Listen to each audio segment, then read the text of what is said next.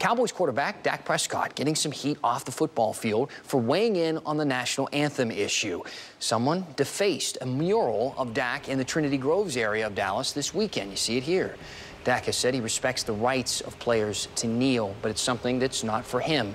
Dak is going to join us a little later in the newscast. Swing the back. Here we go.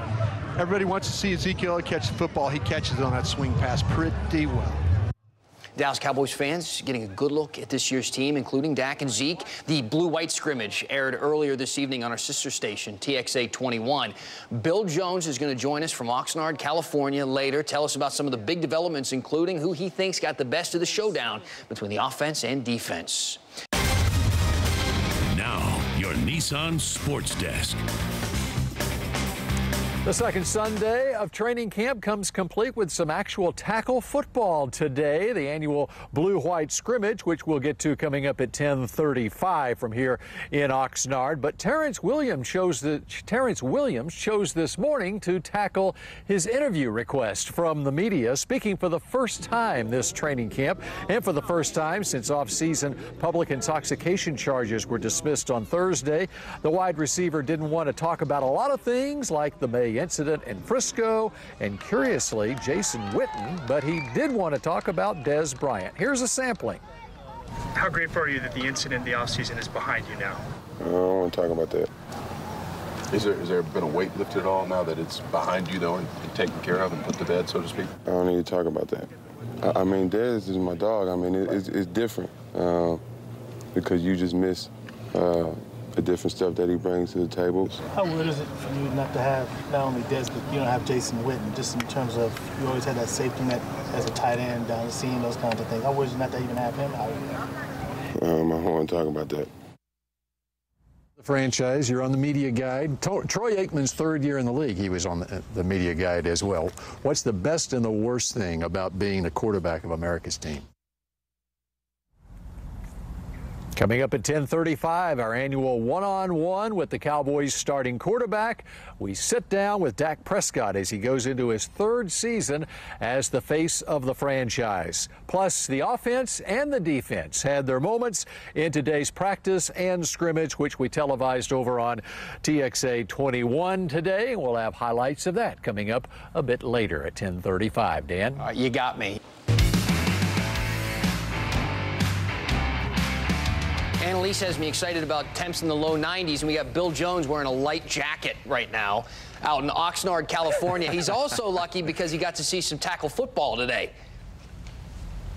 Yeah, we got to broadcast some tackle football today. In fact, for the fourth straight year today, we were able to give you a 2-hour live telecast of a full Cowboys practice and scrimmage over on our sister station, TXA 21. Cowboys now 4 days away from the preseason opener at San Francisco on Thursday night here on CBS 11. And in some ways, Jason Garrett treated this practice as a dress rehearsal for game day. The players entering the field through a gauntlet of fans, just like at AT&T Stadium. Dak Prescott looking sharp in the red zone, hitting tight end Jeff Swaim just as if he was Jason Witten.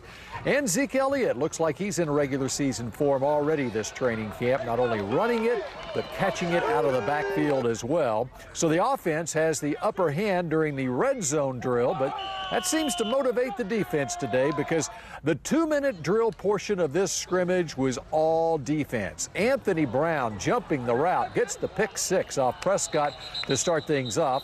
Backup quarterback Cooper Rush does engineer a 75-yard touchdown drive, connecting with Tavon Austin on the jump ball against the second-team defense, taking off the helmet of rookie Charvarius Ward. But Dak throws a second pick on a deflected ball that winds up in Jeff Heath's hands. In all, the defense had no less than 4 touchdowns on the day. I mean, yeah, it's never as good and it's never as bad as you think it is when you go back and watch the film. I mean, I'm hard on myself, so when I go back, I'm being super critical of myself, of the throws, of the placement, of where I should have went with the ball, when I should have went there with the ball. So, I mean, I'm tough on myself. So, I mean, when I go back, it's not, oh, that was okay. It's got to be better, and this is why it's got to be better, and I take my notes and I move forward. But I think as a defense as a whole, we got our hands on a lot of footballs. We had a lot of interceptions today, so that was a good sign. I feel like the defense is flying around. Obviously, there were some highs and lows, but we got to rally in situations like that and come back every single play, just move on, take one play at a time, and go get them. Starting left cornerback Chido Awuzie did not practice today. He's nursing a knee injury that Jason Garrett says is not believed to be serious. Chido's had a great camp so far. Terrence Williams spoke with the media for the first time since the start of camp. And since he had his public intoxication charge dismissed on Thursday, Terrence did not want to talk about that. And strangely, did not want to talk about Jason Witten when asked about his departure from the team. Terrence says he has a new attitude after receiving lots of criticism this offseason. Yeah, it kind of got to me for a little bit, but I mean, I feel like I'm good now. I'm in a different place, and I'm with folks that actually care about the game. So it's kind of like a big difference than to just continue hearing a lot of negative stuff all the time. It's kind of good just to hear folks that have your back all the time. Always look forward to our annual training camp visit with the Cowboys starting quarterback, and you can't help but come away impressed with Dak Prescott in so many ways. He worked hard to get in great shape this offseason. His playing weight last year was 235. Says he's around 225 right now after getting all the way down to 217 at one point this offseason. Well, you're looking great. You're looking trim. You're looking fit. Now, is that because of the yogurt or the chunky soup? I'd say the yogurt to start off with in the morning, and then go in the lighter version of the chunky soup. So. But you know, soup plays a big part in it. All right. 2 years ago this week, Kellen Moore broke his ankle in practice. 3 weeks later, Tony Romo breaks his back. Okay, you're now the franchise quarterback, face of the franchise. All right, rank these in order. Most likely to have happened. Kellen Moore's now your quarterback coach. Tony Romo's the #1 analyst at CBS, or Jason Witten's on Monday Night Football, which is most likely to have happened. That's tough. That's a tough decision. I don't know about that one. I mean, maybe the Tony or the Jason did, just on the fact because they both are great and amazing professionals, and you knew whatever that they decided to do next, they'd be great at. All right, you are the face of the franchise. You're on the media guide. Troy Aikman's third year in the league, he was on the media guide as well. What's the best and the worst thing about being the quarterback of America's team? I mean, yeah, the best thing is just the platform. Obviously, the platform that I have to inspire and to motivate and to get my story and to get any story there is out to so many people. But that also can be the worst thing because as we all know, you can get a lot of backlash for things you say, things you do, and you live in a glass house. So it's important, but I always tell people the good outweighs the bad. I thought it was great the way you handled all the national anthem questions this training camp. Were you surprised by the negative backlash that you got? No, I wasn't. Anytime you start to discuss and you talk and you tell your opinion or have an opinion on a controversial situation as we do as protesting the anthem, you're going to get backlash, and you can't be right either way it goes. So there's going to be people that disagree, and there's going to be people that agree. So I knew going forward, going into that media interview, that I was going to say some things that people didn't agree with. You talked about making this country better in other ways. How about what LeBron James did opening this I Promise school in Akron? Yeah, that's incredible. I mean, that's actions that all athletes, all people with money and that have the ability to make such a difference as LeBron is doing should take in accountability and think about how can I do anything of that imagination, honestly, because it's so incredible and it's so powerful what LeBron is doing, that if people can even do a tenth or a piece of that or help out on what he's doing, we know we're better in our country. As this camp started, you posted a picture of yourself coming on the field at training camp, tunnel vision. How difficult is it to have tunnel vision in your position?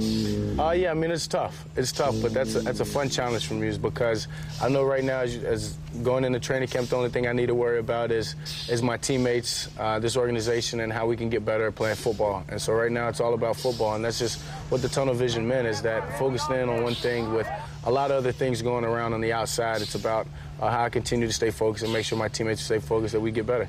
People think that you have pressure on you, and they look at onto the future and the big contract that might be in your future. How do you deal with that? I take it one day at a time. And right now it's about going out there and being the best I can today, and in red zone practice and the things that we're going to work on today situationally, so I can just get better at that. And I know if I keep that same mindset and have tunnel vision as well on that, and focusing on one step, one day at a time, that it's all going to come together. What do you think was a big difference between year one and year two for you? There was a lot. I mean, there was a lot of change, but I think the biggest difference in my play is year one, I allowed the game to come to me. I was just playing within the system, playing with everything, taking what the defense gave me. Where year two, I felt like at times I tried to make too many plays and try to do too much, and I got myself in trouble. New faces on this coaching staff and on this team. How about Chris Richard, the new defensive passing game coordinator? He seems to motivate the defense. Does he motivate the offense, too? In practice the other day, he kind of came up to you at one point. Yeah, definitely. He's an exciting coach, and when you have a coach with that brings that attitude, brings that fire, and brings that spirit, you know the guys that he coaches, and you know the guys that he encounters every day, that's contagious, and they're gonna come with some of that. So our defensive backs, they bring it as well. But as you said, when a coach is out there and he has that fire, it's only right to give it back to him sometimes. As you said, you saw the other day at practice. What did you say to him? You know, it was just a little friendly fire going on there, you know, between his defense and our offense. All right, and your receiving core, obviously, you look at Tavon Austin, Allen Hurns, Michael Gallup, and even Terrence Williams, Cole Beasley. It seems like the one thing they all have in common, they've got something to prove. Exactly. It's me as well, and I think this whole team does. Anytime you're coming off of a year like that and you have so much turnover and change within the players, and not only that, as you said, within the coaching staff, that we all have something to prove, and that's what's been fun, and that's what's allowed us to come into this training camp with so much energy. And as I said, that's why it's so important going into each and every practice, taking it one practice at a time and just continuing to get better, because it's a lot of new faces, and we've got a long way to go, but it's so fun just working and grinding every day with all these guys that have the same goals. And why will this year be different than last year? Just as I said, we have such a young team, such a different team that we all are ready to prove what we need to, and just to go out there and not only prove it to other people, but prove it to ourselves and prove it to the teammates that we have, and we're excited just to have a great year. Bold prediction? We're going to have a great year.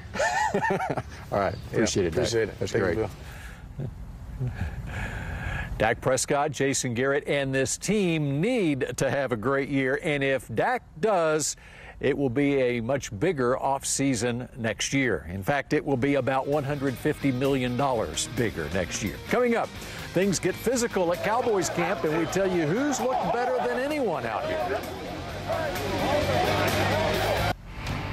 Things have gotten physical a couple of times during pass rush drills the past few days, including yesterday when Antoine Woods, who's had a good camp, takes offense to something Travis Frederick said or did. Both benches empty. Zach Martin losing his helmet. He jumped so explosively into the fracas. Boys will be boys, and all's good between the two sides as soon as the drill is over, or so they say. And now let's bring in Keith Russell in the CBS 11 studios back in Dallas-Fort Worth. Keith will be headed out here for the San Francisco game. Keith, in less than 72 hours, you're headed west. I'm coming your way, Bill, and if you mess with Travis, you mess with Zach, and the other way around. Bill, before we let you go, who stood out the most for you in the first couple weeks of camp? I think the guy that jumps out of drills out here is DeMarcus Lawrence. DeMarcus Lawrence is in midseason form already, obviously coming off a 14.5 sack season. But they don't have him out here that much because they want to save him for the regular season. But the best player on this team, in my opinion, is Zach Martin. In fact, yesterday, both DeMarcus Lawrence and Zach Martin were out there going one-on-one in a pass rush drill. Zach Martin got the best of DeMarcus Lawrence. So Zach Martin is the #1 player out here, but DeMarcus Lawrence is a close second. And, Keith, that's all because Sean Lee is in bubble wrap on the side. My favorite player is not out here practicing yet. Zach and D-Law, both paid to be the best, that's for sure. Hey, Bill, you talked about one guy who could get paid if he has a stellar year, and that was a great story you did on Dak Prescott. What have you noticed from him? Has he been up and down, or has he gone straight forward so far? Well, you know, I think a lot of it, the problems that Dak is having here early in camp is a new receiving core that he's working with. I think it's going to take some time for him to get on the same page with those receivers. So let's see how he does in the preseason games, especially game number 3 against Arizona in a few weeks. Great stuff, Bill Jones. I'll be headed out your way in just a few days. Time for a postcard from camp. Cowboys have been going old school with wind sprints at the end of practice this training camp, but not today thanks to All-Pro guard Zach Martin, who catches a punt to get everybody out of running. Jason Garrett lined everybody up to run on the goal line, then said if Zach Martin catches the punt, practice is over, and Zach Martin comes through in the clutch, taken to his knees by the punt. As an aside, Jason Garrett told me after practice that had Zach not caught that punt, they were going to keep trying offensive linemen until some offensive linemen caught a punt, because they were not running wind sprints today. But don't tell the players that. It does it for tonight here in Oxnard. A reminder, on Thursday night right here on CBS 11, we got the Cowboys and the 49ers from Santa Clara, just 4 days away. And there's more CBS 11 news, and I bet you got a weather update as well. That's it from Oxnard. We're at 67 degrees.